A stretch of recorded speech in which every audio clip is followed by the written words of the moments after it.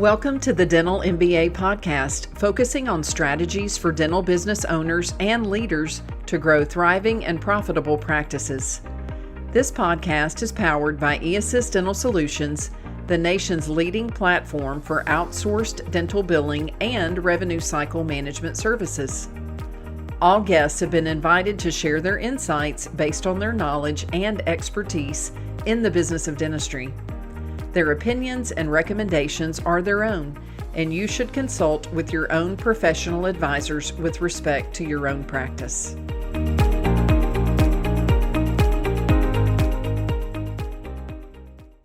Hello, and welcome to eAssist Dental MBA Podcast. I'm your host, Penny Reed, here with a dear friend and also esteemed colleague, Sam Strain, who I know many of you know of and probably couldn't wait to click that button to tune in. So, hey, Sam, how are you today? Hi, Penny. So excited to be here with you today. And, I was just thinking the other day, I think that we've known each other for like 15 years. We were just, in the career world, I think we were teenagers. Yeah, we were definitely teenagers. We were teenagers. I remember you being with a lending company, and I was a full-time practice management coach. You were one of the first people that I handed my book to, Growing Your Dental Business. And wow, a lot has changed. Exciting times. It really has. And that was a great book. That was actually one of the books that I read from cover to cover about the dental business because I wanted to learn from you. You had a ton of knowledge in that book. And plus, I think you signed it for me. So that was super cool. I did, which does make it harder to sell it if you ever want to sell it. So, but hey, thank you so much for being with me today. And if you guys want to know Sam's full bio, we'll have that in the show notes. What I will tell you, the friend and colleague version is she is a multi-site merger and M&A genius. That the word genius is not in the bio. That's coming from probably no one would say that about themselves yet. I can say that about Sam.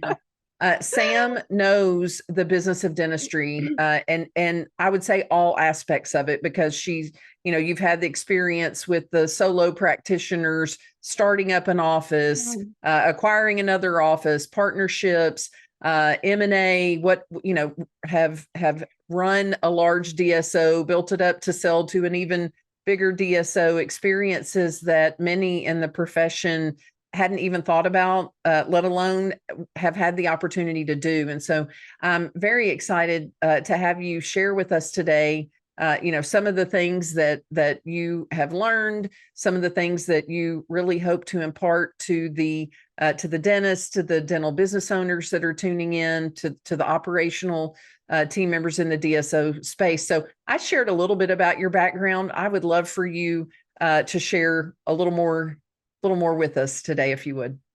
Well, I'm one of those people that hates talking about myself, but that's okay. As a friend, I'll help you along. Okay.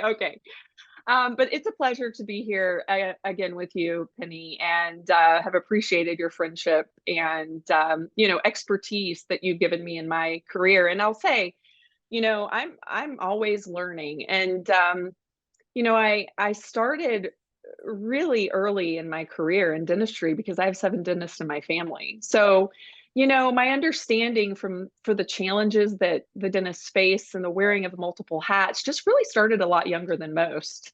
And so I started my career in distribution, just calling on doctors, just knocking on doors. And, you learn a lot about the dynamics of a practice like that. And then, while I was in distribution, I started this little group that I called Dental Divas. And it was really because I had all these women dentists on my territory and they didn't know each other.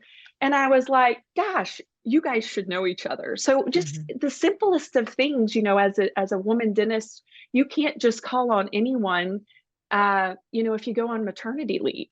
So, it became actually a lot more than a social network. That's how it started, but it really evolved into a lot more. And, 15 years ago, no one knew what the word DSO was. It was just not what, very taboo, still a little taboo, Yeah, I was about still to to say you this almost day. whispered it, or you'd look around if you were at a Yeah, conference and yeah, think, yeah. can I say this now? That's right. Is it okay? People are just giving you the side eye. So, that was really eye-opening to me. I never thought that I would end up in DSO land, because my family were all independent dentists, but turns out my sister is now a dentist with Heartland, and so she's enjoying that time. And I took opportunities as they came to me. So after I left distribution, I went into work for Bank of America Practice Solutions, and that's where you and I met. Absolutely. And Yes, it so, is. yep, I started financing dentists across the Southeast. I was based out of Nashville. It was a great, exciting job. I got to see dentists build their dreams, and that was so exciting for me. And, we did acquisitions, we did ground up construction. And then, I was courted away by a boutique bank that was like, hey, come and run our SBA division. Because I was doing a lot of ground up construction, and usually Mm-hmm. that goes to the SBA. So I did that for a couple of years. And we ended up being wildly successful across the nation. Then I got recruited away by this little company you might know of, JLL, and they owned an asset called American Dental Partners. Mm-hmm. And they called me to their office in New York, and I go in, and it's marble everywhere, by the way. I mean, these guys are serious. And they said they needed to grow this asset, and they didn't have any real capital to spend on it. So they needed somebody that was an out of the box thinker. And Mm-hmm. that's what I've always really done, is I've always looked at something and said, gosh, we could challenge this, or we could discover new possibilities with things if we did things a little different. So we ended up doing over 100 roll-in transactions off the balance sheet with no equity, no Wow. private equity help. Wow. And then we exited to Heartland in 2021. And since then, I've been doing my own thing. I've been helping DSOs around the country grow. So I serve as a fractional, chief development officer for really more emerging groups than Mm-hmm. anything else. But we also help with a lot of DSO formation, and that's becoming my love language, really, because I'm actually working with a lot of female dentists that are starting their own groups. And that's been really exciting to me, to see these female leaders step up and Mm-hmm. say, hey, I can do this too. Because as private equity and the DSO landscape has been largely dominated by guys. And listen, Mm-hmm. I'm not about girl power. I'm about Yeah. great power. I But agree with you. Like, I'm you about know, everybody power. It's that's nice right. to, yeah, it's nice to see, more of a mix, and women Yeah, having the confidence to step up, and well, the interest and the confidence to step up and do it, for sure. definitely, definitely. And I think, what I'm seeing is that, women think of things a little bit differently.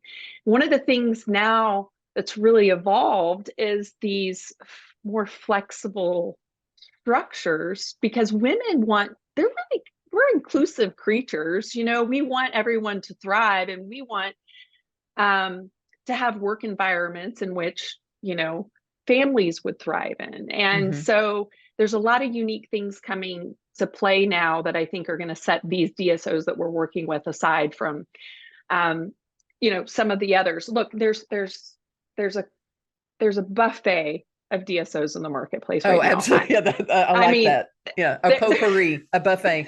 Well, and yeah, and I think, to your point, as far as the being more inclusive, and the role of the dental associate and even the dental partner is also changing, because things have sort of flipped. It's a supply and demand.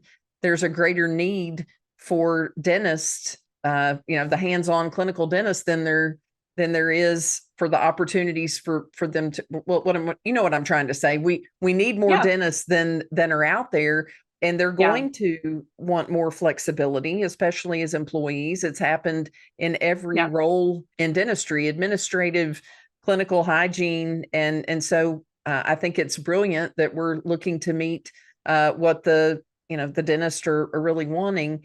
And one of the things that I find fascinating, and you mentioned it earlier, is how often the term M&A comes up now in conversations. I mean, it used Yeah, to it wasn't anything. I've been in this industry a really long time, right? So, right. 25 years ago, it wasn't something that was talked about very much. And what's happening in this space. I Yeah. hear more and more dentists now wanting to be educated around how do I improve the value of my practice if I do want to be acquired, or what would I need for my group of practices to do if I wanted to start a DSO. So let's maybe start with, how are DSOs truly doing right now in the market? Sure. Well, that's a great question. And I know a lot on what's going on, particularly because, I talk to private equity and, um, you know, folks like JP Morgan that are in the Mhm. middle market lending space pretty much on the daily.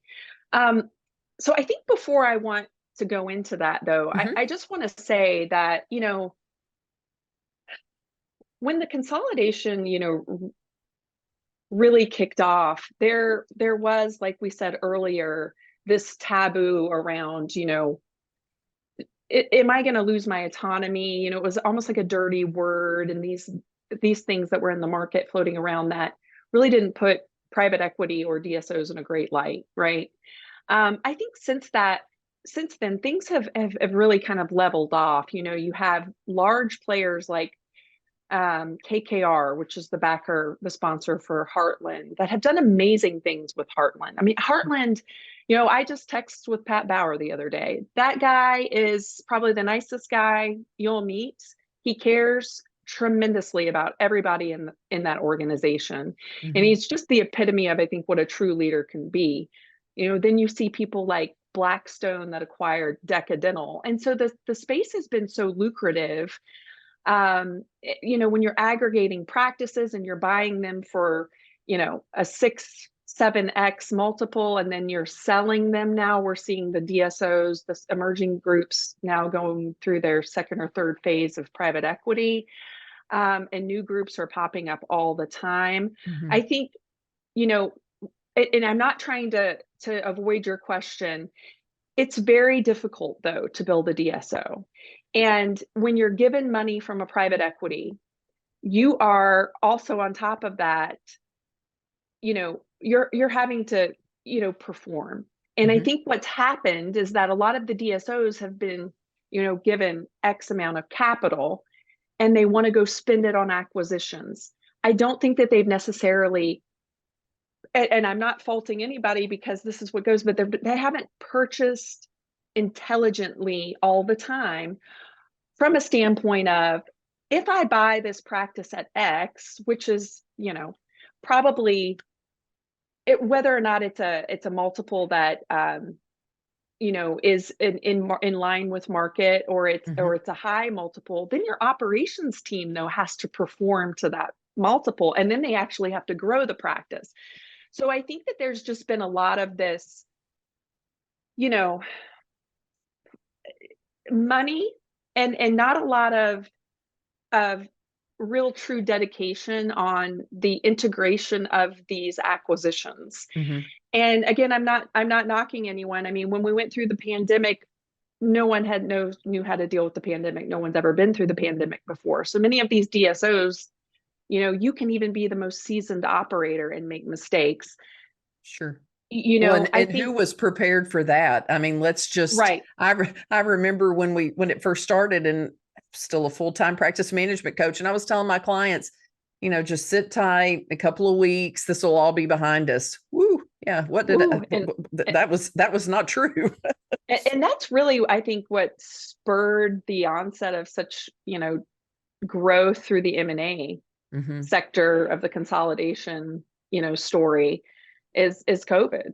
That scared a lot of people. Yeah. But right now, there's truthfully speaking, between, just me and you, and I know all the listeners now And that all will of our get this, friends that are tuning in. but yeah, there's 20 DSOs in receivership, which basically means they're in foreclosure. Hmm. Um, they're growing too fast without the ability to integrate. Mm-hmm. And I think there's going to be more that are in distress soon, and they're not meeting their bank covenants or Mm-hmm. their sponsor covenants. And so I think that the increased concentration on purchasing intelligently and having the right team in place to integrate these practices is going to be more of a focus in the future. Okay, Well, so I hope I absolutely. answered that okay. Well, absolutely. And this is not something that we talked about in our prep. So hopefully it's okay that I will ask. I would imagine that the staffing issues, dentists and beyond, right, in every role. Yeah, So you set those targets, and you have the facility and you have the equipment and you have all of that. And if you don't have the people to power, I mean, that's one reason why I believe so much in outsourcing, is because oh there are yeah, not enough, on a webinar that I did 2 weeks ago. And I asked the audience, how many of you are understaffed right now in some right. role in your practice? 70% of the Yes, attendees were understaffed. So yep, I would imagine that DSOs in some ways are facing some of those same challenges, yet at the absolutely. same time, because of their makeup, they're able to offer some benefits that the solo practice owner or 1 to 2 practices really doesn't have the margins to offer. So curious if that's also impacting the ability to perform and hit those targets, which just continue to scale up, whether you have the people to get the work delivered or not. Yeah. Well, it definitely is affecting the DSOs. It's the human capital component of all this is affecting the industry at all Mm-hmm. corners. Mm-hmm. And I'm a big supporter of, the outsourcing of anything that you can and automating anything that you can within the practice. I mean, Mm-hmm. that just makes sense. I think teledentistry is something that is hugely underutilized by Mm-hmm.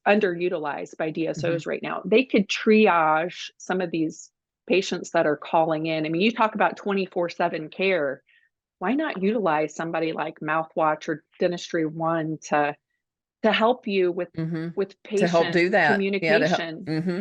And it takes the burden off your staff. And gosh, there's so many great tools out there. I think the DSOs are just overloaded with information and vendors. Sometimes it's hard to see through all the noise on which, could truly be beneficial to growing a group and what might not be. But Mm-hmm. I think that a good rule of thumb is that, anything that can be automated should be. Um, Anything that you can take off your plate of the front office or anybody in the back, you should do that, because it's probably not going away. And this, hygienists are now, getting paid $45 to $60 an hour. That's Yeah, probably not going to go away. And look, probably I'm a not. fan of I'm a fan of the hygienists. We need them. Oh, The first thing, absolutely.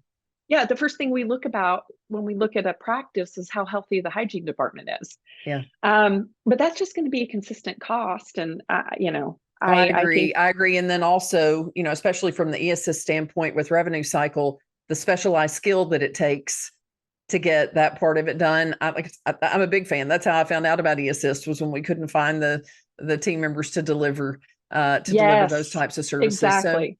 Yeah. so when we talk about consolidation, and I hear different things from, whether it's the American Dental Association or Becker's or whomever, how much of the market do you see, in your own opinion, is already Yeah. consolidated, and where do you see things going in the Sam Strain magic crystal ball? Magic crystal The ball. crystal Yeah. ball. I Hmm. wish I had more of those, by the way. Okay. Um, well, I know that the ADA health policy states it's going to consolidate at 60%, Hmm. 40% will remain, independent. But I actually believe it'll probably be a little less than that when we're totally done with consolidation. I think it's more going to be close to 50, maybe a little higher. I think right now, um, the market's probably consolidated. There's different people that are looking at it, but and there's different, DSOs popping up all the time, so it's hard to measure. But I'd say we're Hmm. at 18. ish percent. I mean, there's so many, there's so much runway here. Mm-hmm. Um, but I do think that there's certain parts of the US that just don't make sense for consolidation, rural America. And actually, rural America is where most of the US population lives, but the Mm-hmm. dentists of the providers don't want to move out there, Yeah. which I totally understand. Look, I live in the city. It's great. I have all the, all the little things that I need. But that's why I do think partnerships with companies like um, eAssist, IntelliDentistry, they're those are DSOs are going to need to bolt that into their strategy in order to Mm-hmm. reach those markets. And I do think that, in the metro markets, there's going to be a percentage of the dentists that just, choose to stay independent because they're offering higher end specialized services. Mm-hmm. And, you know, I just see them staying and doing their own thing for the foreseeable future. Mm-hmm. So I hope that answers your Yeah, question. no, it absolutely it does. So if I were a dentist with, let's just say, 3 locations, Yeah. if would you, would you say, okay, hey, you should look at starting a DSO and scale your own brand, or is that not enough locations? Like where would you say is the starting point for someone that really wants to consider having their own DSO? I think if you've made it to 3 locations, you understand that this is not for the faint of heart. And, just like with any business, you need to grow and you need to explore opportunities to do so. And so I think if you have the right leadership team in place, and you're good at delegating as a leader, Mm-hmm. that you can grow beyond 3 locations simply because you have the right people in place. But Mm-hmm. that's going to be the key. I think that, most of the emerging DSOs now, they are groups of people that just have 3 to 5 locations and some sort of semblance of, you know, a centralized management team. Mm-hmm. Um, and they have a vision, which is super important. And they've also set goals together. So I do think the challenges there will be, the quality of practices. It's going to be hard to find super quality practices because you're probably going to get outbid by some of the larger DSOs. Mm-hmm. That's a But great I point. think if you really have that great vision and how to execute in your mind, and you have um, people that believe in that vision and you can share that with the dentist around you, I think there's Mm-hmm. still plenty of dentists that don't want to sell to a bigger conglomerate right now, and they want that large support with that local feel. And I Yeah. feel like that's where the smaller emerging DSOs might have a small advantage, Mm-hmm. but just it's finding the right partners. Yeah, I think that's so true. And uh, back before the pandemic, one of the last really cool things that I did when I had my coaching company was we did a leadership meeting with Disney Institute in Orlando,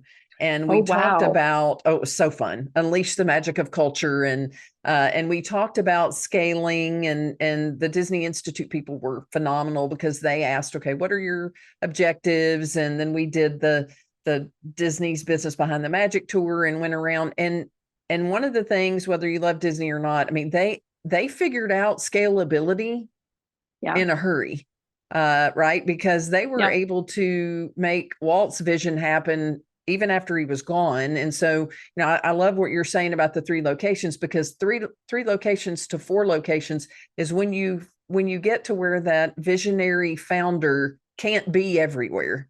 And so can Yep. it happen? Well, just like with Walmart, which was where I started in business, can it happen without Mr. Sam ever making a visit to your location? The Right. leadership, the consistency, and the quality. So love that. Um, let's talk a little bit about threats, and of course, I know we've talked about it a little bit already Yeah. without Yep. without calling Going it a into it. threat, but definitely the human capital piece, the shortage of labor is going to be a threat, around the Yeah. board in dentistry.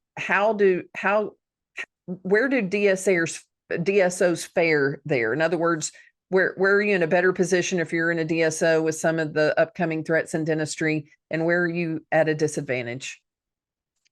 I think that the DSOs, just by, sheer economies of scale, can, attract associates, and, their reach is larger, and they can offer mentorship to associates, and they can also offer the same continuing education and things to the hygienist. So I think that that is something that we're going to see the DSOs they're just going to continue to excel at that. They can Mm-hmm. pay probably a little better. And I think that they are going to, um, you're going to see them really supercharge their recruitment efforts Mm-hmm. beyond what they're doing now. I mean, right now there's a lot of signing bonuses being offered. You have 401k and paid vacation. So there's a lot of bells and whistles. Um, and that's attractive to a young dentist or, hygienist that's just getting out of school that may Mm-hmm. have they definitely It's have some some student loan significant debt, debt, unless they came from significant. some generational wealth, for sure. Right, Yeah. right. So it's tough for the solo doc Yeah. to compete with that, and a lot Yeah. of solo docs that are at, 1.5 million top line revenues. It's hard for you to bring in an associate that doesn't start eating your business. Mm-hmm. You have to figure out that transition strategy. So, Mm-hmm. um, you know, and then I also think that it's just going to come down to, with the independent docs being able to find buyers that are independent that can find the capital, because coming out of school with $500,000-600,000 in debt, depending on where you went and your specialty, I mean, I've seen it that high. Mm-hmm. It's hard for you to qualify for a loan For that's sure. to purchase a $1.5 million practice. Mm-hmm. And then, the DSOs are paying, 5, 6, 7, 8 times for that practice. Mm-hmm. So, I think the independent docs that aren't doing a good job sort of like doing their own nurturing of their successor, Mm-hmm. and maybe have had that person tagged to their practice for a long time and they've been cultivating that relationship, I think it's going to be hard for them to find an individual buyer. Mm-hmm. Mm-hmm. So that opens the door for DSOs. For DSO. And it's interesting because I had a question in mind, and actually I'll make a little statement here and then lead into that question. I can remember in a short span of time, and again, this would have been 4 years ago or 4 or 5 years ago, having multiple clients of mine that were solo practitioners, had fantastic practices. They were in their mid 60s. They had a couple of different associates. It just really wasn't, these were not associates that wanted to buy or knew that they could stay in those Yeah. areas. And sitting down with them and looking over these, because they, initially it was still the whole, I don't want to sell to a DSO. And I'm like, well, let's talk about this, because what are your ultimate goals? And especially, if you're married, what does this mean for your spouse if something happens to you and you haven't sold your practice? And I can remember sitting down and saying, I'm going to miss you. You need to do this, and it was definitely a different market. I mean, those are some unique circumstances. But if I am a private practice doctor, what are some of the reasons that I might consider joining a DSO? And then how can you help on that side, a private practice doc, know if this is a good time for them to make that shift? When you're considering making a jump at any stage of your career, because right now we're seeing docs of all ages and all specialties join, DSOs. It's not just it's not just those guys that are looking to transition. Mm-hmm. I think that, you know, if you are at a point in your career where you want to give more attention to your patients and really want to just dive into that clinical side of things, because that's why you became a dentist and that's what you love, Mm-hmm. and you really are burned out with the business side of dentistry, um, that's when I think you start looking for a partner that can manage that for you. And that's really Mm-hmm. what's been that work-life balance has really been the main reason why, in over 200 transactions I've done, why an independent dentist would sell. I think, you're in great shape as an independent dentist if you are growing, your top line and your bottom line at least 10% a year, and your team Mm-hmm. turnover is low, your margins are high, your patient satisfaction are great. You're in a sizable area where the DSO could recruit Mm-hmm. easily to, a metro market generally. I think that that's when, if you have all those things, but really you have to be okay with, I am going to find a partner that I believe can take my practice to the next level business wise, but I believe clinically I'm going to be comfortable with. Mm-hmm. And I can, So true. a lot Yeah. of the DSOs you can keep your autonomy. I mean, I think that the DSOs are really good with that. They understand there's a separation between church and state. Mm-hmm. Mm-hmm. But I think as an independent dentist, you should talk to dentists that, have sold to that DSO and what it's like post close, because none of this is easy, and if any of the DSOs say it's going to stay the same, it's not. There's going to be change, and change is painful. But I have a favorite quote by Albert Einstein, and it's, the measure of intelligence is your ability to change.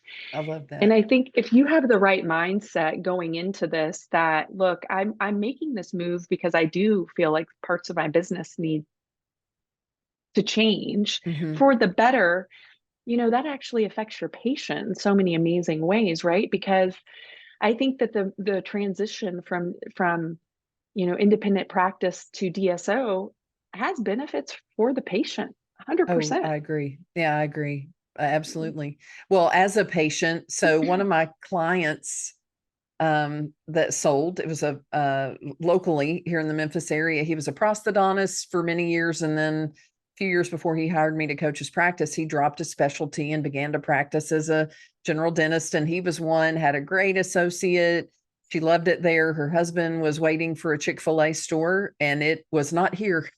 And so he did end up selling, and he sold to Heartland. And so I'm now a patient in a Heartland practice, and he's so funny when I come in. He's like, let me tell because he still wants to, let me tell you how we're doing. And I see up on top of his the credenza in his office all these different awards, and I mean he's still got the fire, like he loves Yeah, it. And they've that's changed awesome. buildings, they needed to, because they Yeah. grew. But if there's anybody, I mean, boy, could I ever see, I mean, especially because I have consultant ears, if there were changes that were not, and I don't want to say that everything's perfect, it wasn't perfect before, Yeah. but from a patient perspective, I don't still has the same name. I don't think they have any idea that it's not still his practice. There are simply more doctors there. So for him, it was a win. And I do think, unlike some, I think earlier on, there probably were more unpleasant experiences. There are unpleasant Yeah. experiences in, even in traditional partnerships. So I think that is really when there's the win-win, is when it is better for the patients, and the patients can't tell the difference, and there's I love that. more chairs and more appointments available and more opportunities for care. So yeah, if you Absolutely. had ever told me 15 years ago, I would be back when we used to Right. whisper Yeah. DSO, I would have said, I don't think I'll be a DSO patient, but here I am. Here I I know. am. Well, you know what? Wow. I am too, because I go to my sister and she's a Okay. Heartland. She's She's a Heartland. Heartland dentist. So, Heartland, should we might need send to us get them coffee to cups or sponsor. something I know. today I feel for like this. I know. for And mentioning them. I do love them, but So, well, I could talk to you all day. I know. Me We should too. do Me that too. sometime. Yeah. And Let's do hopefully it. we can have you back for another episode. I would absolutely love that. So I would also love for you, based on, what we've talked about already today, parting thoughts. And again, definitely, I'm sincere when I say I want you to come back, because things are always changing too. There'll be I additional things to agree. talk about. So, what would you thoughts would you like to leave us with today? Well, first of all, I would love to come back. And thank you for that. I would just say that, I care about this industry. You do too, right? I'm a friend of this industry. I think that there's so much abundance here. I think that what I would share with anyone that's looking to do a group, just have a vision and a goal, and a vision should unite the organization and provide a stable, scalable goal, right? And I think you build with the end in mind, just like you build a house, you build it to sell it. Um, and having the right partners in place. Our team has a lot of amazing people. We aren't Facebook famous. I'm not posting all the deals we do on Insta or LinkedIn, primarily because we're so busy. Haven't been able to do that. But having the right partners. Margaret McGuckin is an advisor for us. She is probably the foremost in how to scale your business. She did it with Clear Choice, and she is a problem solver. And we don't solve for just band-aids on problem. We solve for root problems within organizations. And we're integrating technologies that are beyond anything that I could have possibly ever imagined 15 years ago, Exciting. that are just going to change the dynamic of the space. But then I would say, finding the right capital partner, and that's another thing that we can, help you with. We do it all the time, and that's as important, as marrying your spouse. Let's find someone that fits your goals and your vision, and just, the leadership of the organization is so important. People buy into the leader before they buy into the vision. And so I oftentimes say, Steve Jobs has a saying that it's, I help the daring build legendary companies. And I feel like that's what we're doing over here with HealthStream. So thank you for having us. Oh, And absolutely. Absolutely. So, Sam, what's the best way for those tuning in that want to reach out to you or want to learn more about HealthStream, or to get in contact with you? Yeah, you can email me at ss@HealthStream Ventures. It's healthstream.ventures. Okay. Awesome. We'll put it in the show notes as well. Perfect. Yeah. All right. Hey, I'm envious at the SS at. I'm like, I want like an email address with my initials. It's sort of like being Madonna.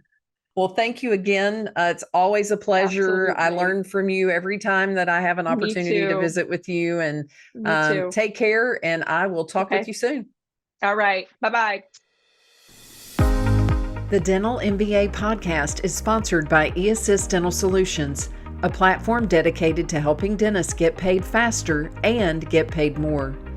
Dental insurance billing services provided through the eAssist platform can relieve your dental insurance headaches, get your over 90-day insurance receivables near zero, and help you collect 100% of what you're rightfully owed by insurance companies. To learn more about how the eAssist platform can solve your revenue cycle management needs, or to schedule a free consultation, please visit dentalbilling.com.